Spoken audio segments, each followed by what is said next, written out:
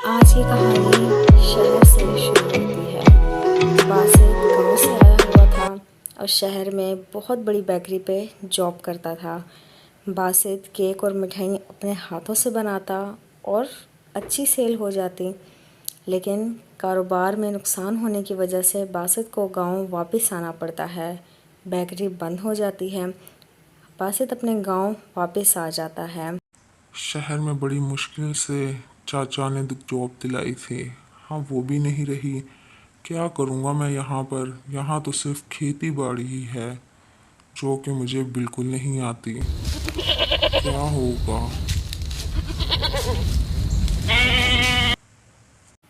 बासित यही सोच सोच में घर पहुंच जाता है। घर का दरवाज़ा खोलता है तो बीवी घर पे होती नहीं है। सुनती हो? कहाँ हो? मैं आ गया हूँ। अरे आप कब आए? और आप तो अगले महीने आने वाले थे। मैं बहुत थक गया हूँ, आराम करता हूँ। बासित इसी सोच में बैठ जाता है कि अब बीवी को क्या जवाब दे कि उसका काम छूट गया। बीवी आती है और कहती है, क्या हुआ? आप तो अगले महीने आने वाले थे, कल ही तो हमारी बात हुई थी, आपने कुछ नहीं बताया और अचानक आने की क्या वजह थी? बासित अपनी बीवी को सारी कहानी बयान कर देता है कि अब मेरी जॉब शहर में नहीं रही। बीवी हौसला देती है। खैर, दूसरी तरफ ही गांव में सरजू हलवाई वाला होता है जो रसगुल्ले और गुलाब जामुन बेचता है। गांव में कोई और स्वीट का काम नहीं करता था, इसीलिए सरजू के गुलाब जामुन और रसगुल्ले बहुत अच्छे सेल होते थे। हर कोई शादी हो, ब्याह हो, किसी के यहाँ खुशी की खबर हो तो सरजू की ही मिठाई जाती थी। सरजू गांव में सरजू मिठाई वाले के नाम से बहुत फेमस था। सरजू का कारोबार अरूज पे चलता था और बहुत अच्छी बिक्री होती थी।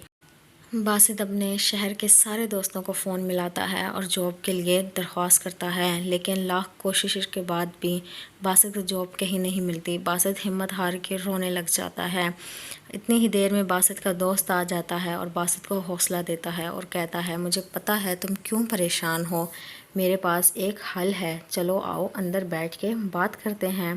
बासित चुप हो जाता है। बासित का दोस्त बासित को अंदर ले जाता है और कहता है, तुम्हें तो हलवाइयों के सारे काम आते हैं, अच्छी अच्छी मिठाई भी बना लेते हो, गांव में ये काम कोई नहीं करता, ये काम तुम करो।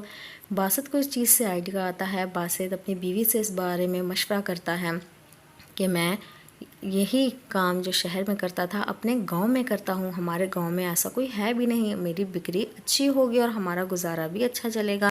सुबह होते ही बासित अपना काम स्टार्ट कर देता है। बासित अपने ठेले पे केक, ब्रेड और कुछ फ्रेश कुकीज़ रखता है और ये सब उसने खुद बनाए होते हैं क्योंकि वो शहर से ये सारा काम सीख के आता है। आहिस्ता आहिस्ता बासित के ग्राहक बन जाते हैं। अरे भाई, ये लगता है शहर से आया हुआ लौंडा मेरा धंधा बंद करवाएगा। अबे यार, पहले ही गुजारा बहुत मुश्किल से चल रहा है। बासित अपने जायके और मेहनत से सबका दिल जीत लेता है। इतनी ही देर में एक शख्स बासित के पास आता है और कहता है, कल मेरे बेटे की सालगिरह है, मुझे 2 पाउंड का केक 6 बजे तक चाहिए। बासित ये सुन के बहुत खुश हो जाता है और ओके कर देता है।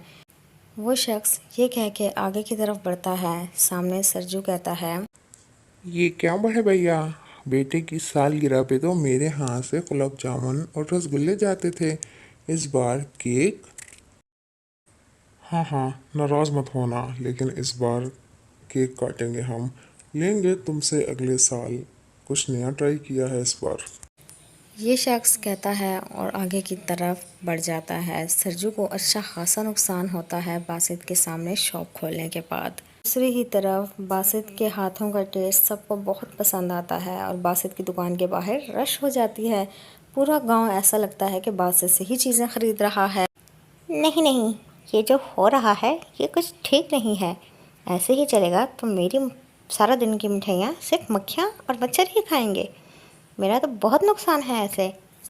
सारा दिन कुछ ख़ास ना बिक्री होने की वजह से सरजू बहुत परेशान होता है और बासित से बहुत नाराज़ होता है कि जब से ये लौंडा आया है तब से मेरी कोई बिक्री नहीं हो रही। ऐसे ही चलेगा तो मेरा घर का खर्च भी नहीं निकलेगा इन पैसों से।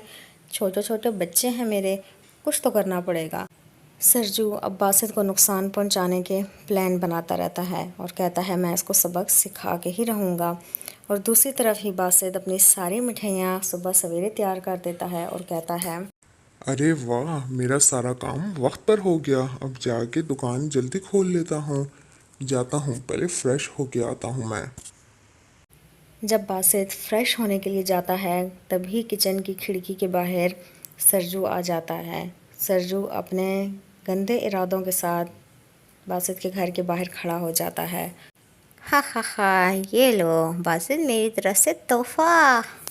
उस बॉक्स में चूहा होता है और चूहा बासित की सारी मिठाई और केक ख़राब कर देता है। बासित कहता है, अरे अरे, ये तो इस चूहे ने सब कुछ खराब कर दिया। अब तो ये इंसान के खाने के लायक नहीं है। अगर कोई खाएगा तो बीमार हो जाएगा। ये मैं नहीं कर सकता। मैं पहले ही जॉब छूटने की वजह से बहुत परेशान हूँ। और ऊपर से चूहे ने मेरा इतना नुकसान कर दिया। दूसरी ही तरफ सरजू अपनी मिठाइयाँ खुशी खुशी बेच रहा होता है कि मेरे रास्ते का कांटा हट गया। इतनी ही देर में लोगों को नज़र आता है मिठाई पे चूहा घूम रहा है। लोग बहुत गुस्से में आ जाते हैं, बुरा भला बोलते हैं और वहाँ से चले जाते हैं। सरजू को अंदाज़ा हो जाता है कि जैसे लोग गए हैं मेरे पास अब मिठाई लेने वापस कभी नहीं आएंगे। खैर, सरजू को अपनी गलती का एहसास हो जाता है। ये क्या हो गया। मैंने तो बातित का अकेले में नुकसान किया, लेकिन ऊपर वाले ने तो मेरी सबके सामने इज्जत फाश कर दी। ये लोग अब कभी भी मुझसे मिठाई नहीं लेके अपने बच्चों को खिलाएंगे। मैं सबक सीख गया हूँ, बुराई कर बुरा होगा।